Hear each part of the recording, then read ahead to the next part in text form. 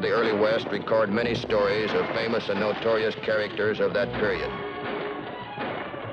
One of the boldest and most defiant criminals of the Southwest was Black Jack Ketchum. By 1897, he and the members of his ruthless gang were wanted in both the United States and Mexico for train robbery, murder, assault, and extortion.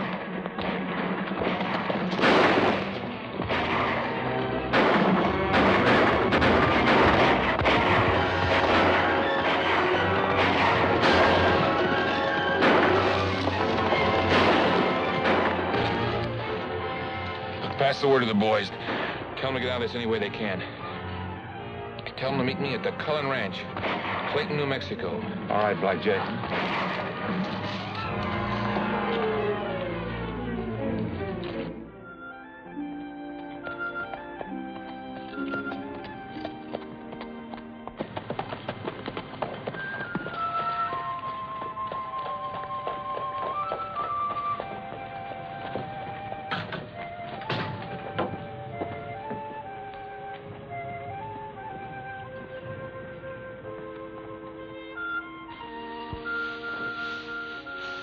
Hello, kid. Black Jack! Well, I haven't seen you in a long time. Where's the rest of the gang? Those that are left will be drifting in pretty soon. What do you mean left? Well, we had a kind of a run-in with the law. I don't think many of the boys got through. Which means you'll be needing new riders. How old are you, kid? Old enough to shoot a gun. I want to ride with you just like Pa did. You're not going to do it, Eddie. What are you doing here? Why don't you leave us alone? Well, I'm going to have to hide out here a few days, and Eddie said that... Eddie's not riding with you. He's my son, and I'm not going to see him shot down and killed like his father was. All right, Mom, go on back in the house. You're only a boy. You hardly turned 18. And I don't hold with thieves and murderers. I figure your boy's old enough to make up his own mind. That's right. I'm tired of doing everything around myself. Besides, there are plenty of things we need around here. Yeah, but not by breaking the law. What did the law ever do for Pa except getting him shot? All right. That's enough woman talk. Now, you're outnumbered and you're overruled, ma'am. You get on back to the house. Not unless Eddie comes with me. Oh, Mom, please. I can have a word with you, Mrs. Cullen. You bring in some wood, Eddie.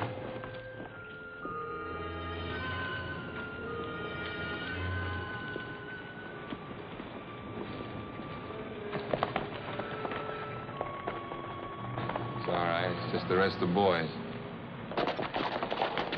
It's all set for gang, Black Jack. Hello, Miss Cullen.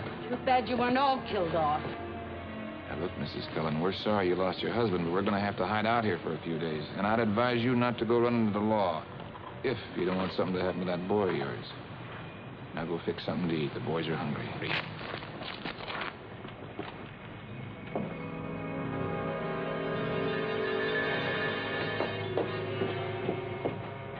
Hey, Black Jack.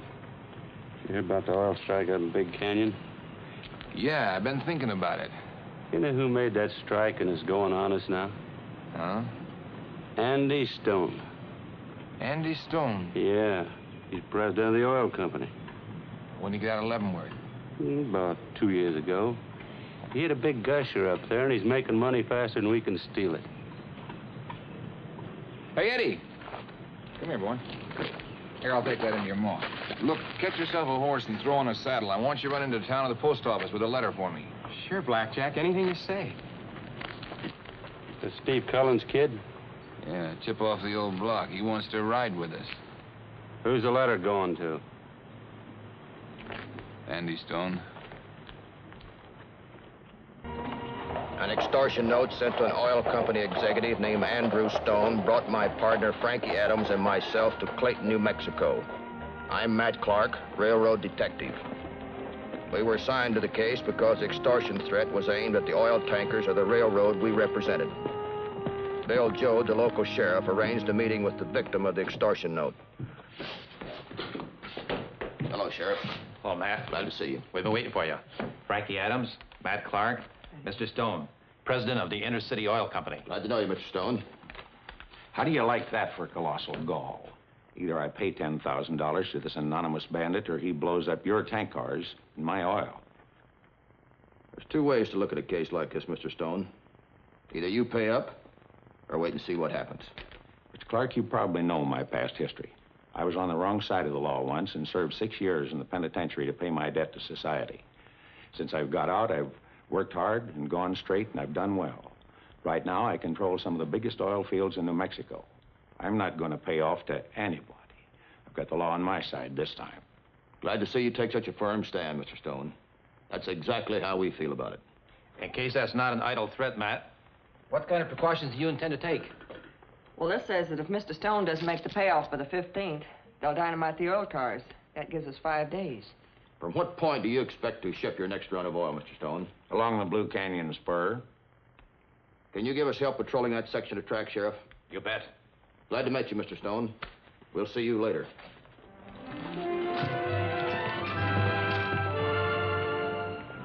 On the day after the threat, Frankie and one of Sheriff Joe's deputies and myself patrolled the country along the Blue Canyon spur.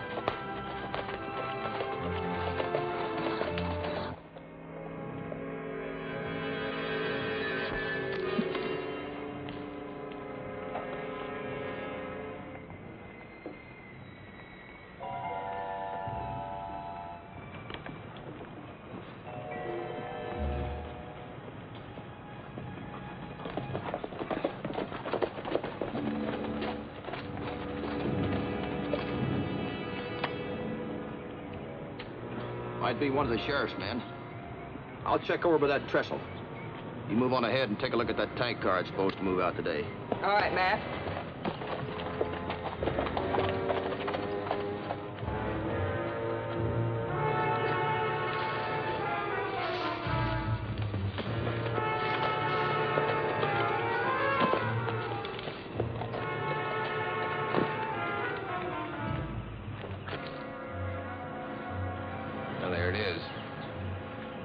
Listen, Black Jack, why don't we wait?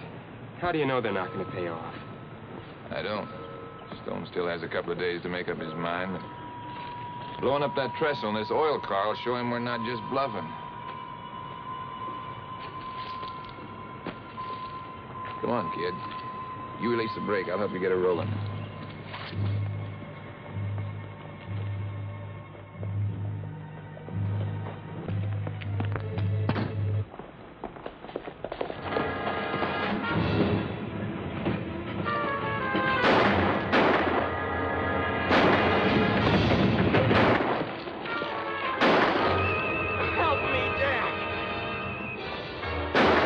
Don't leave me!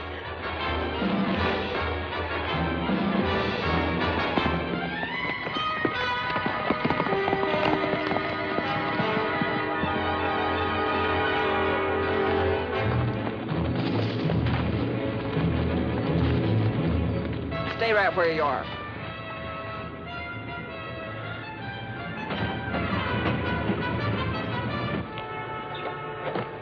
Hey, you!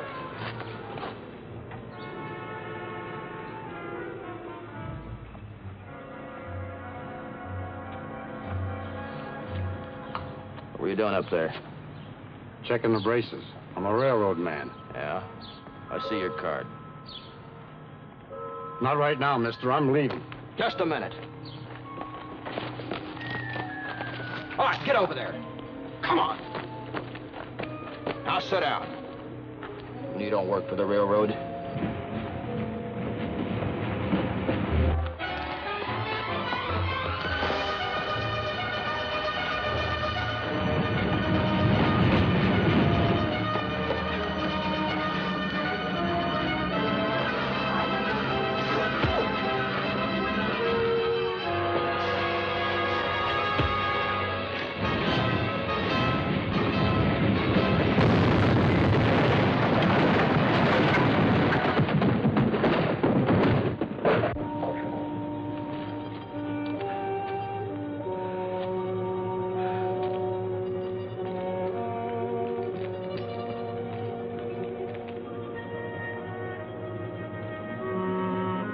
The young lad Frankie caught turning loose the oil car was a local boy known to the sheriff.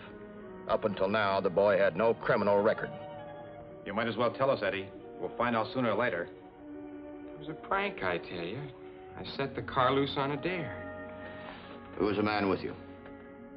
I don't know. You called him Jack. Did I? I call lots of people Jack. It's why I have of talking to people. Like, hi, Jack. So long, Jack. You know. Well, he's certainly sticking to his story. Let's let him cool off for a while and try later. Come on.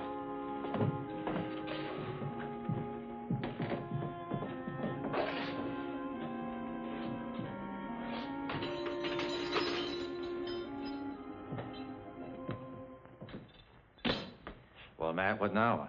Did you tell me the boy's father was killed in a gunfight a few years ago? That's what I heard. I wasn't in this part of the state at the time. Why? Well, the name Cullen seems to strike a note, but I just can't place it. Does it mean anything to you, Frankie? Mm-mm. Do me a favor, Sheriff. Send wires to Tucson, Denver, and El Paso police departments, requesting a rundown of the name of Cullen. I'll get right on it. Good. I've got an idea, Frankie. Let's go have a talk with Mr. Stone. Thanks.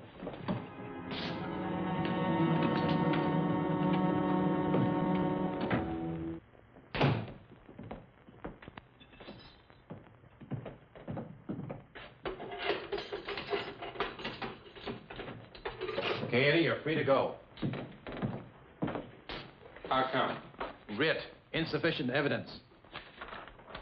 I knew you couldn't hold me. Just sign this paper and you can go home to your mother.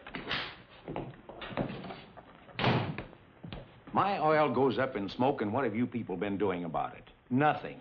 Absolutely nothing. Just a minute, Mr. Stone. Never mind the excuses, Sheriff. Where's that railroad detective? Well, presently out on business, sir. Well, when he comes back, you tell him I'm through with him and his railroad. Tell him from now on I'm shipping my oil by wagon. I made a deal with a freighting company. We'll move my product at half the price. Please, Mr. Stone. Well, it's no secret. Or at least it won't have to be by morning. My oil will be on the road by then.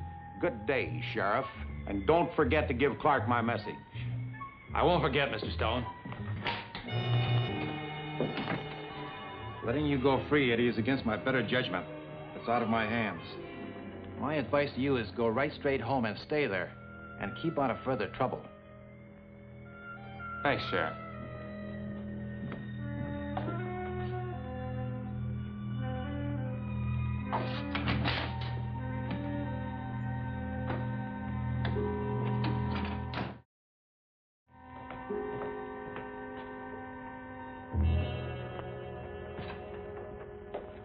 Did you hear? Yeah, every word. Went off perfectly. You did it beautifully, Mr. Stone. Edwin Booth couldn't have done better. I don't know. Seems to me we're taking a lot of chances just to catch a gang of crooks. I've got a mind to pay the money and forget the whole fight. You can't do that now, Mr. Stone. We've gone to all the trouble to muster the finest band of fighting men in the territory. They're anxious to bring law and order to the Southwest for once and all. If they're willing to risk their lives, it seems to me you could risk a contract. Sure, it's only money. But if that oil doesn't go through, I'll be wiped out. I can't tell you not to worry, Mr. Stone. We'll have enough fighting men driving those wagons to get us through a troop of cavalry if we had to. You win. Forget what I said. Much obliged. Put your top men on the wagon, Sheriff. You and I'll follow with the posse and move in at the hottest spot. Let's go.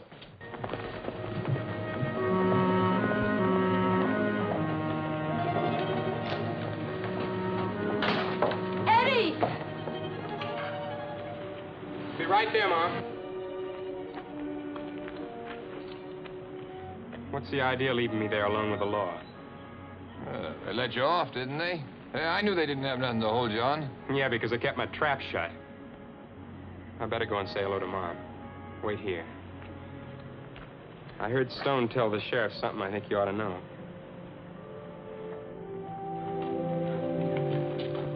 Mom. Come on in the house, Eddie. I gotta know the truth.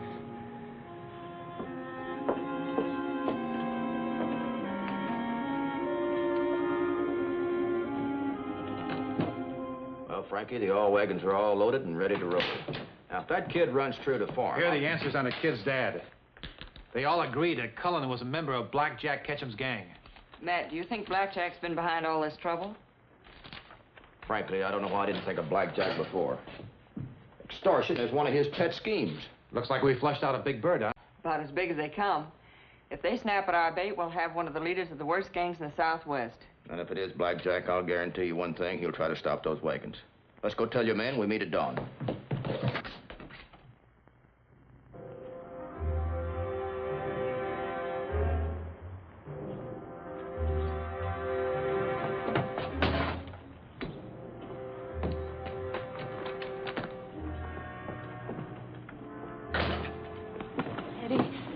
Barely daylight. Where you going? Me and Jack and the boys are going to round up some strays, Ma. I'm begging you, son. Don't go with him. Don't trust him. You singing that same old tune, Ma? Now, look here. You're going to listen to me. For once, you're going to listen to me. Do you know how your father was killed? Do you really know?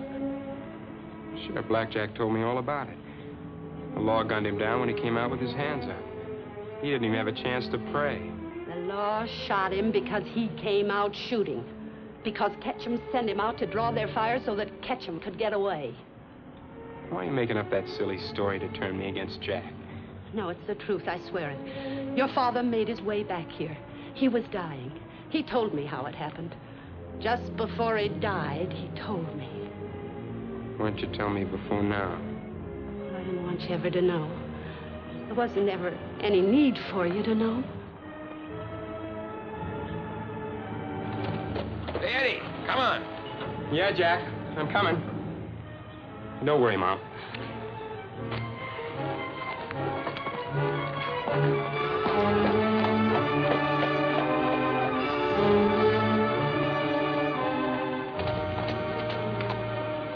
Matter, kid? The old lady playing on your heartstrings? That's right. The oil wagons went out on schedule with only the usual mounted guard riding point. The sheriff and I and some of the possemen rode flank, hidden only by the ridge. Other men flanked the wagons on the other side.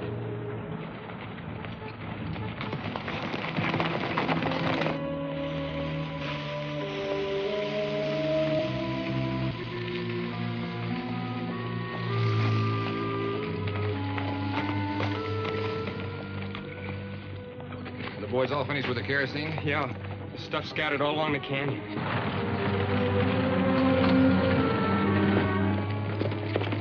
Pile of dust over the hill. I don't want one of those wagons left, understand? Shouldn't have any trouble out of stone after this, Black Jack.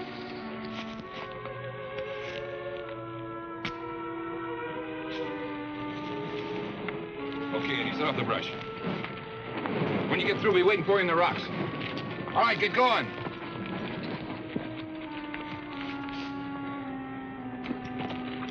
Keep an eye on the kid. If he gets soft, why...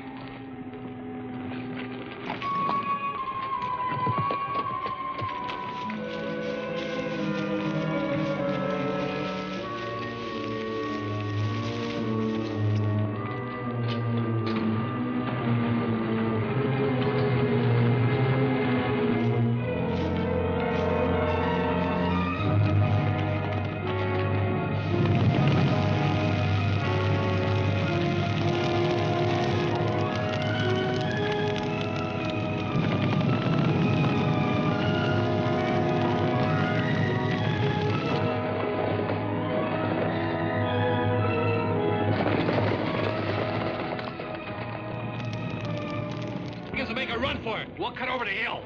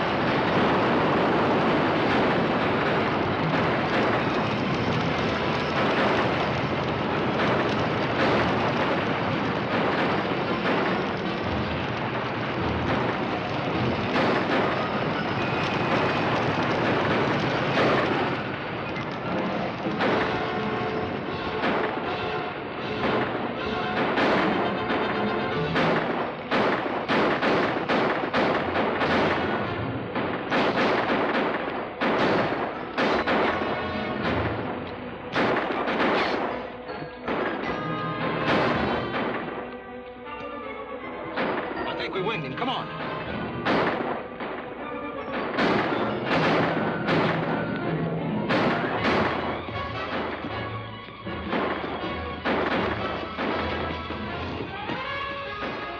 We're trapped.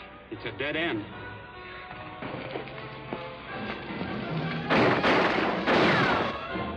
Looks like we'll have to make a break for it. You boys go ahead. I'll cover for you. What was that? I said you boys go first. I'll take the dirty end and cover for you. Go on, Covert. You first.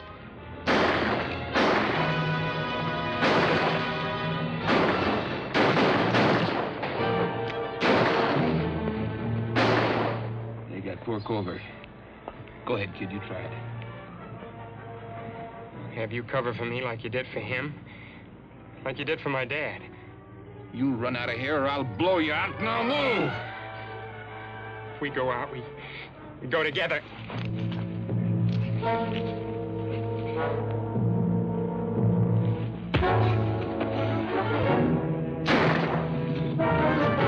Head him off, Sheriff.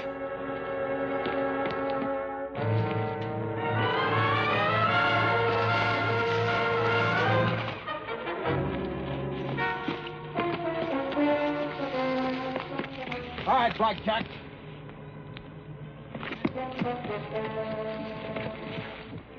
Hold it, you two, or I'll fire. Go ahead, kid. Shoot him! I'm gonna plug you, Black Jack, for what you did to my pa and what you tried to do to me.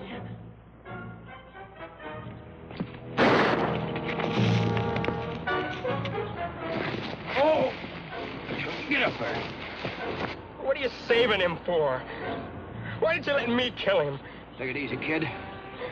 We're saving him for the hangman.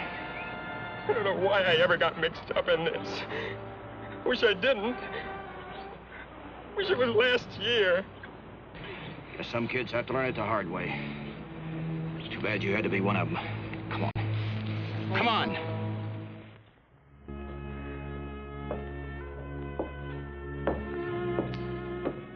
Don't worry, Mrs. Cullen. The doctor says his wound isn't serious.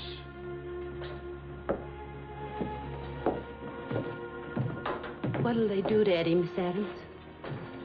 I don't know yet, Mrs. Cullen. But he's not really an outlaw. You must know that.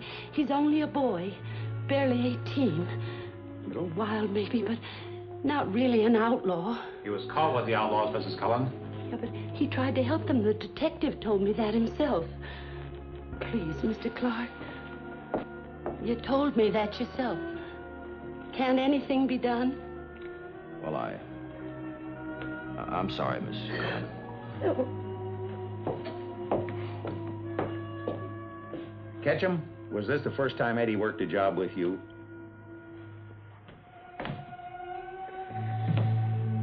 What do you want to know for? Because I know what jails are. If that boy goes to jail, he'll be bitter the rest of his life. Well, that boy is the least of my worries. Let him defend himself.